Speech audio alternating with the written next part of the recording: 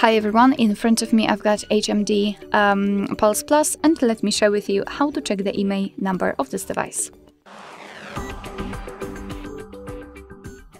So let's start with opening the dialer, as I will show you two different ways of checking the IMEI number. However, let's start with this one. We have to tap on the keypad and enter a special code, which is *##06#.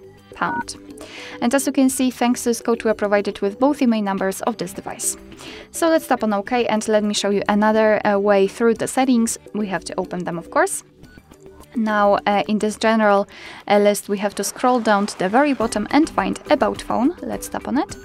And now we have to try to localize the IMEI number. It will be in More Status, which is at the bottom of the list. So let's tap. And as you can see right here, we've got both the IMEI numbers for both SIM slots. Of course, you have to tap on it to show the information. Alright, so that will be all. Thank you so much for watching. I hope that this video was helpful, and if it was, please hit the subscribe button and leave the thumbs up.